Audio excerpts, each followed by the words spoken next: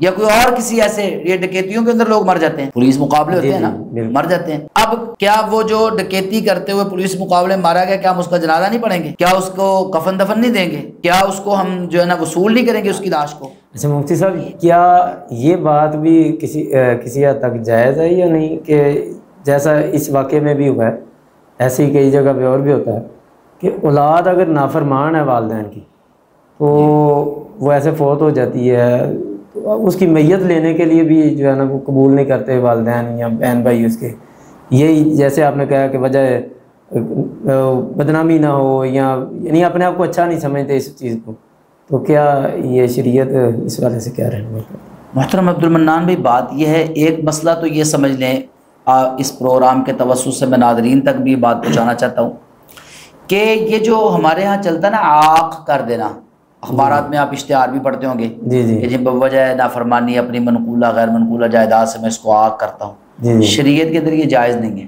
ٹھیک ہے، چاہے جتنا مرضی اولاد نافرمان ہو، ماں باپ اپنی اولاد کو عاق نہیں کر سکتے۔ جو اللہ تعالیٰ نے حق رکھا ہے نا ماں باپ کے ذمہ اولاد کا، وہ اس سے کنارہ کشی نہیں اختیار کر سکتے، اس سے پہلو تہی اختیار نہیں کر سکتے۔ تو اس طرح بچوں کو عاق کر دینا، اخبارات میں اشتہار دے دینا، یہ بالکل درست فعل نہیں ہے۔ دیکھیں ہمارے ہاں پتہ کیا ہوتا ہے، دو انتہاؤں پہ ہم چلتے ہیں، یا تو بالکل ہی آزادی یا بالکل ہی گلا گھونٹ دیتے ہیں، میانہ روی میں چلتے ہیں۔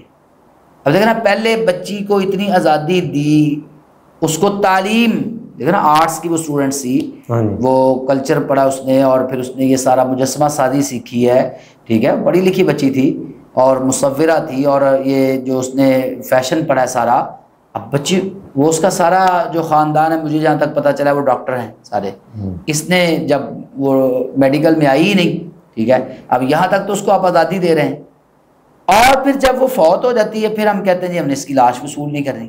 یہ کہاں کا انصاف ہے؟ یہ کون سی اخلاقیات ہیں؟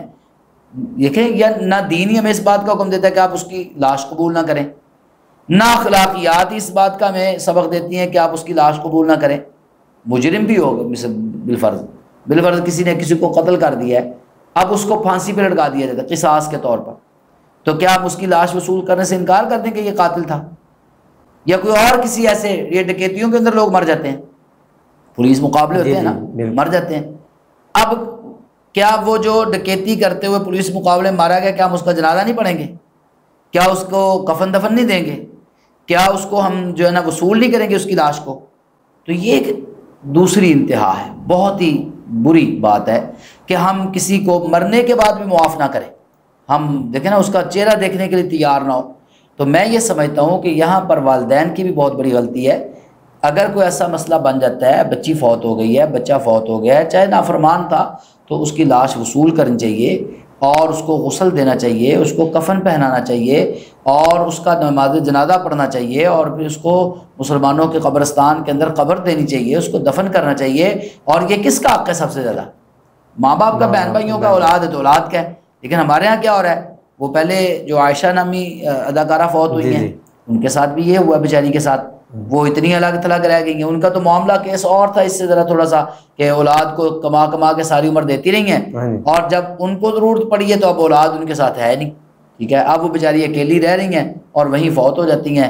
چلیں ان کی اولاد نے یہ تو نہیں کیا کہ ہم اس کی لاش نہیں وصول کرتے، چلو انہوں نے جنازہ پڑھ دیا، ان کا بھی اب آگے ہے، لے آئے ہیں بھائی اس کے جا کے، وہ بھی دیکھیں نا ہر طرف جب سوشل میڈیا پہ بھی ٹرولنگ شروع ہو گئی اور ہر طرف، تو پھر جا کے آپ نے کام کیا تو کیا کیا ہے؟ حالانکہ آپ کو سب سے پہلے چاہیے تھا بھائیوں کو کہ وہ جاتے اور لاش وصول کرتے اور اس کا جنازہ پڑھتے، اور پڑھنا چاہیے۔ اگر بالفرض ماں باپ نہیں لاش وصول کرتے، بہن بھائی لاش وصول نہیں کرتے، تو پھر اس کا حل کیا ہے؟ یہ ایک بڑا اہم مسئلہ ہے۔ تو پھر اس کی ریاست ذمہ دار ہے، ریاست جو ہے نا وہ اس کا جنازہ کرے گی اور اس کا سارا کچھ کرے گی، تو ریاست پھر وہ ذمہ دار، ریاست ماں ہوتی ہے نا، تو ریاست ماں کا کردار ادا کرے گی، اور ریاست پھر اس کا جنازے کا بندوبست۔ یہ کوئی فلاحی ادارے بھی یہ کام کر سکتے ہیں اپنے طور پر؟ ہاں بالکل، فلاحی ادارے بھی کر سکتے ہیں، اور الحمدللہ ہمارے ملک کے اندر ایسے فلاحی ادارے موجود ہیں کہ جو الحمدللہ ایسے سینکڑوں واقعات ہیں کہ جن کے اندر لاشیں لوارث ملتی ہیں، ٹھیک ہے۔ ہمارا بھی ایک ادارہ ہے، ٹھیک ہے، ادھر ہی یہ ہمارے علاقے کے اندر ہم نے بنایا ہوا ہے، صفا کے نام سے ہمارا، جس کے اندر باقاعدہ ہمارا ایک شعبہ ہے کہ جتنی یہ تھانوں کے اندر لاوارث لاشیں آتی ہیں تو ان کو باقاعدہ وہ وصول کرتے ہیں اور پھر ان کو غسل دیتے ہیں، کفن پہناتے ہیں اور پھر ان کو دفن کرتے ہیں. تو یہ ذمہ داری دیکھیں نا، یہ ریاست کی ذمہ داری ہے. اور پھر ریاست کے بعد جو ریاست کے اندر سرکردہ افراد ہیں، ریاست ہم مل کے ہی بنتے ہیں نا، تو جو رفاہی ادارے ہیں تو وہ یہ کام کر سکتے ہیں اور کرنا چاہیے، آگے بڑھنا چاہیے رفاہی اداروں کو ایسے موقعوں پر. اور الحمدللہ ایسا تو نہیں ہے کہ کسی کی لاش کو ایسے پھینک دیا جائے. رفاہی ادارے موجود ہیں اور کراچی کے اندر یہ ماڈل جو فوت ہوئی ہیں اداکارہ، ان کی لاش کو بھی رفاہی اداروں نے لیا ہے، لیکن پھر وہ بعد میں چونکہ بھائی چلے گئے ہیں اور پھر جا کے وہ لے آئے اور لاہور کے اندر آج اس کا جنازہ ہو گیا ہے، دفن بھی کر دیا گیا ہے. تو مسئلہ یہ ہے کہ اب دیکھیں نا، رفاہی اداروں کی بھی ذمہ داری ہے، حکومت کی بھی ذمہ داری ہے کہ کسی کو بے گور و کفن نہ چھوڑا جائے.